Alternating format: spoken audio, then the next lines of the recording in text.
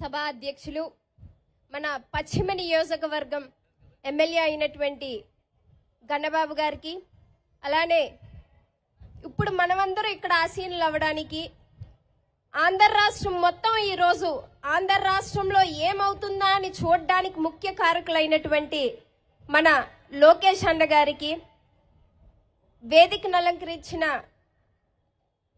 Telugu Desam party నాయకులకి, అతి ముఖ్యంగా మీ విలువైన టైంని కేటాయించి ఈరోజు ఈ సభకి హాజరైన ప్రతి ఒక్క ఆడపడుచులకి, అన్నదమ్ములకి, తెలుగుదేశం పార్టీ నాయకులకి, జనసేన పార్టీ జన సైనికులకి, వీర మహిళలకి అందరికీ పాదాభివందనాలు తెలియజేస్తున్నాను. ప్రతి ఒక్కరూ ఈరోజు ఆంధ్ర రాష్ట్రం జగన్మోహన్ రెడ్డి అధికారంలోకి వచ్చిన తర్వాత ఇదే ఇబ్బంది పడుతున్నామని చెప్తున్నా. కానీ ఈరోజు ఒక మాట చెప్పాలి, జగన్మోహన్ రెడ్డి సీఎంగా అయిన తర్వాత పక్క రాష్ట్రాలు మనం ప్రత్యేకంగా గుర్తించాయి. అది ఎందులో గుర్తించాయో మనం ఒకసారి చూసుకోవాలి. రాజధాని లేని రాష్ట్రం ఆంధ్ర రాష్ట్రం. నిరుద్యోగ యువతకి కేర్ ఆఫ్ అడ్రస్ ఆంధ్ర రాష్ట్రం. ఆంధ్ర రాష్ట్రంలో ఉన్న భూములన్నిటినీ కూడా తనఖా పెట్టిన ప్రత్యేక రాష్ట్రం మన ఆంధ్ర రాష్ట్రం. అలానే ప్రతి ఒక్క విషయంలో కూడా ఇలాంటి విషయాల్లో ఖచ్చితంగా ఆంధ్ర రాష్ట్రాన్ని ముందుకు తీసుకొని వెళ్ళిన జగన్మోహన్ రెడ్డికి ఖచ్చితంగా మనమందరం కూడా రానున్న ఎన్నికల్లో మనదైన శైలిలో జవాబు చెప్పే సమయం ఆసన్నమైంది. అలానే ఇప్పుడు గన్బాబ్ గారు చాలా మంచి ఏవైతే ఇప్పటి వరకు పాలసీస్ వచ్చాయో అవన్నీ కూడా చెప్పారు. కానీ అతి ముఖ్యంగా ఏదైతే ఎలక్షన్ క్యాంపెయిన్లోని యువతకు అందరికీ కూడా నేనున్నానని చెప్తూ జాబ్ క్యాలెండర్ అని చెప్పి వచ్చిన ఈ ముఖ్యమంత్రి ఈరోజు జాబ్ క్యాలెండర్ కాదు, ప్రతి సంవత్సరం సాక్షి క్యాలెండర్ ఇస్తున్న ఈ ముఖ్యమంత్రిని ఖచ్చితంగా కూడా మనం అందరం గద్దె దింపే ఆసనం మొదలైంది. అలానే ప్రతి ఒక్క ఆడపడుచుకి ముద్దులు పెడితే చెప్పాడు ఈ జగన్మోహన్ రెడ్డి ఒక మాట, మద్యపాన నిషేధం. ఈ రోజు మద్యపాన నిషేధం అని చెప్పిన ఈ ముఖ్యమంత్రి ప్రతి ఒక్క మద్యం ద్వారా వేల కోట్ల రూపాయల్ని తన జోబులో వేసుకుంటున్నాడు. ఎందుకంటే డిజిటల్ ఇండియా అని పరిగెడుతుంది. ప్రతి దగ్గర కూడా మనం debit cards, credit cards use చేసిన ఈ డిజిటల్ టైంలోని కేవలం మద్యం అమ్మే దుకాణాల్లో మాత్రం కేవలం డబ్బులే తీసుకుంటారంట. ఎందుకు ఆ డబ్బులు తీసుకుంటున్నారు? ఆ డబ్బులు ఎవరి జోబులోకి వెళ్తున్నాయి? ఇదంతా కూడా మనం ఆలోచించాలి. ఆ డబ్బుని రేపు పొద్దున మనందరికీ ఎలక్షన్లో పంచుతారమ్మా. పంచిన ప్రతి ఒక్క రూపాయిని తీసుకోండి, అది మన డబ్బు. మన కుటుంబీకులు ఎవరైతే మద్యానికి బానిసలు అయ్యారో వాళ్ళు ఇచ్చిన డబ్బుని మనకిస్తారు కాబట్టి ప్రతి ఒక్కరూ తీసుకోండి, తప్పేం లేదు. అలానే అతి ముఖ్యంగా నిరుద్యోగ యువతకి మభ్య పెడుతూ 21 లక్షల ఉద్యోగాలు ఇస్తానని చెప్పిన ఈ ముఖ్యమంత్రి మొన్న ఒక నోటిఫికేషన్ ఇచ్చాడు. డిఎఫ్సి 6,000 మందికి ఇచ్చారు. ఆ నోటిఫికేషన్ కూడా ఎప్పుడు చెల్లుతుంది? ఏప్రిల్ తర్వాత అవుతుందంట. ఇదొక బూటకం అని చెప్పి బూటక ఆలోచన. ఎందుకంటే ఎలక్షన్లో మళ్ళీ మరొకసారి ఆయన సైడ్ ఆలోచించాలని చెప్పి ఏప్రిల్ తర్వాత ఏదైతే వస్తాదని చెప్పి ఒక మభ్య పెడుతూ ఎక్కడ 21 లక్షలు, ఎక్కడ 6,000. ఇదంతా కూడా మన యువత ఆలోచించాలి. భావితరాలను ముందు నడిపేది ప్రత్యేకంగా యువతరం. ఈ యువతరం ఆలోచన చేసి ప్రతి ఒక్కరికి, మన ఇంట్లో ఉన్న తల్లిదండ్రులకి, అక్క చెల్లెలకి, ప్రతి ఒక్కరికి రాష్ట్రంలో ఏం జరుగుతుందో చెప్పే బాధ్యత మనందరం కూడా మన భుజ స్కంధాల మీద నడిపించాలి. అప్పుడే ప్రతి ఒక్కరికి ఈ వైసీపీ ప్రభుత్వం ఏ విధంగా మన డబ్బుని తింటుందో తెలుస్తుంది. ఇక్కడ ఉన్న ప్రతి ఒక్కరికి అదే రిక్వెస్ట్ చేస్తున్నాం.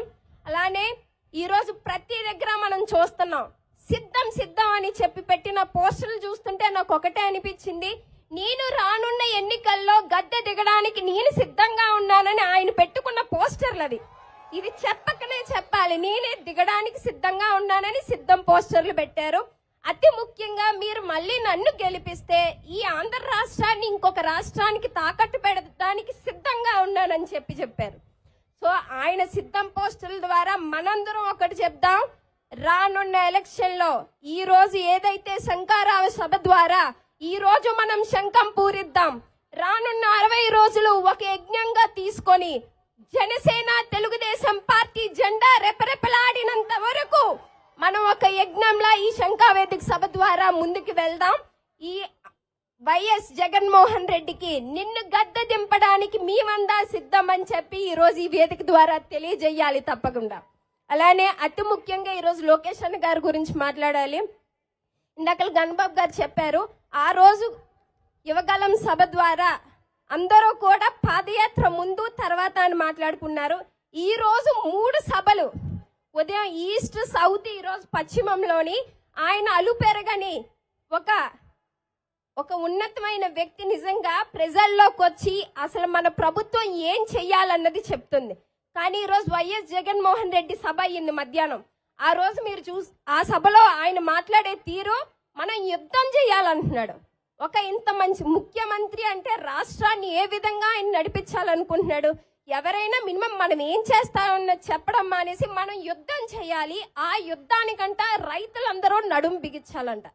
అసలు ఆయన ఏం మాట్లాడుతున్నాడు నాకు ఒకటే అనిపించింది, మన జనసేన తెలుగుదేశం పార్టీ బలాన్ని చూసి ఆయనకు కొంచెం మతి మరపో లేకపోతే మెంటల్ అయితే వచ్చేసినలా ఉంది. రైతుల్ని యుద్ధం చేయమంటున్నాడు మరి ఈ జగన్మోహన్ రెడ్డి.